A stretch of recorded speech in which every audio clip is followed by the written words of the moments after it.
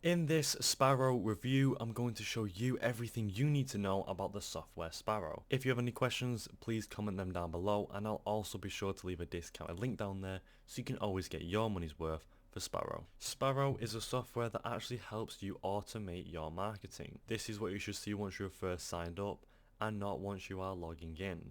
For the beginners, I'm going to quickly go over this feature page on what you should see once you're first signed up. So it should say, tell us about yourself to start up. You can either choose a small business if you're using this software for a small business, content creator if you're using it for that, or even a freelancer slash agency. Or if it's actually none of the above, you can just click none of the above and then tell them about yourself. So you just go ahead and quickly select your business type. For the sake of the review, I'm going to go ahead and click freelancer slash agency. Once you've done that, you would click next. Next, it gives you a plan to continue. You can go ahead and actually either see it free, starter, professional, or even a team. All have different prices and different available slots. So we're going to go ahead and just go with the free one for the sake of this review and click confirm. There you go, you should have your account ready to go. It gives you this little page right here where it says your account is ready to go, and you would click continue to the dashboard. So here you go, once you are actually on the dashboard and been through the area, you should be on the same page as most people are when they are logging in. So this is the dashboard overall, not too much going on, but there is a few things actually going on, but it's quite simplistic. I'm going to quickly go through each feature, and then throughout the review I'm going to dive deeper into each feature. Up here in the top left hand corner is the My Workspace area. Usually there is a company logo here, but for the Sparrow software it doesn't have that. Once you click My Workspace, it should open up this little section right here, where if you have loads of workspaces, you can actually search for one, but right now we have one, and that is where it is. If you want to add a workspace, you'd add it there, but that's only if you are on the upgraded plan and not the free version. Right below that we have the home section. Once you click on that, it takes you to this page which we are on right now, and this is where you can set up your account. Right here it says your quick start guide, 1 of 4, 25% completed. Since I have just created my account like a lot of you people would have, you'd go ahead and actually set up your account.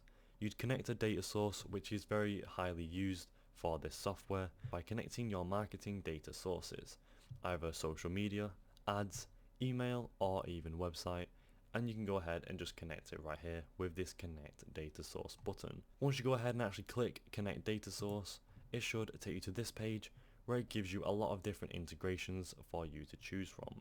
You can either choose from a social media one where it has Facebook, Instagram, Twitter, LinkedIn or YouTube, any ads like Facebook ads or Google ads, emails like MailChimp, ActiveCampaign, Constant Contact and HubSpot, or even a website like Google Analytics. So you go ahead and actually choose one, but I'm not going to choose one because I don't have any to connect, so I'm going to go ahead and click this X. Moving on through to the left hand side, you go ahead and actually click connections next, right below the home page. This is where you connect your data sources again, and this is where it all comes flowing through. Right below that we have the analytics section. Again, once you've connected your data source, you should have your analytics flowing through this area. You have your overview, social media analytics, social posts, ads, email and website.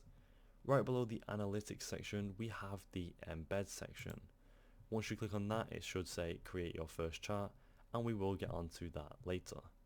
Right below the embed section we have the reporting section, pretty much the same as the embed section. It says create new report, and you would click that to create your first report. Finally we have the settings section, and that's pretty much the area where you change any settings within your profile or the software. All the way at the bottom we have a little notifications bar or even your user profile, and that is pretty much it for this software dashboard. So to start off and explaining and showing you what you can actually do with this software, we are going to go onto the connections page. So because we can't actually do anything on the home page, this is where we are starting off. Again, we can't connect our data source since we don't have one, but once you actually click it, I'll show you what you can actually do once you are connecting it. So once you click connect data source, it should take you to this page where it shows you a lot more going on. It actually only just shows the ones it showed earlier, but it also shows you some that are coming soon, like TikTok, Google Sheet and loads more. You can go through these and actually get excited or look forward to any ones that are coming soon, in case you want to be prepared for anything coming soon. It has the categories on the left hand side like social media, ads, email, website and coming soon, and then once they all arrive you can go ahead and actually search for them and see which one you want to actually connect as a data source. Right below that on the data sources section on the left hand side we have the destination section. This is just where you can create your Google Drive destination and just sign in with Google, which creates a destination section. All the way back to the left hand side we have the analytics section. Once you click on that, this actually just gives an overview again of the analytics of the data source. There's not too much going on here. Back to the left hand side on the embed section, we'll actually go through what happens when you actually create your first chart. So once you go ahead and click create your first chart, it should take you to this page where you start creating a new embeddable chart. It gives you datasets, styles and settings, and on the dataset section you can actually change all of these features. The data source, the metric, the chart type, the label and the color. We can't actually do any of this since we don't have a data source, but again this is where you change the metrics and the chart type, the label and the color if you want to go ahead and change that. Once you've done it, you change any styles like here, the stacked bar, label position, label text color, axis and background color, and then finally change any settings like the time range, auto sync data and last updated footer. You can also turn off the Sparrow branding if you have the upgraded plan. So once you were to go ahead and do that, you'd just click create chart and it would go ahead and create your chart with all of the embedded data. But again, we don't have the data connection, so it doesn't actually show it for us, but it would show it for you. Back to the left hand side on the reporting section, this is pretty much the same. We're going to go ahead and create a new report.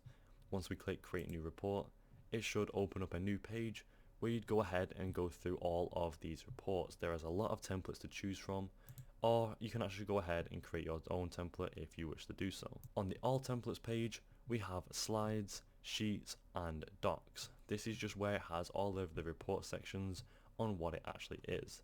So we can have a LinkedIn dashboard report, basic Twitter report, and you can pretty much go through all of these and have different reports for different social medias, or even a lot of the same social medias like there. And that's pretty much it for this. Let's just say we click this one, the basic Google Analytics report, click next, and then you go ahead and change your report name, the data sources and the date range. We don't actually have a data source, so this is where we would actually stop, but you guys can actually go ahead and continue and then pretty much just create your report by just clicking your data source that you imported. And then it should automatically actually fill in your report according to your data source. Back on this page, again, if you want to go ahead and view the template straight up, you just click templates and then they are better to view here because you can actually see what's going on.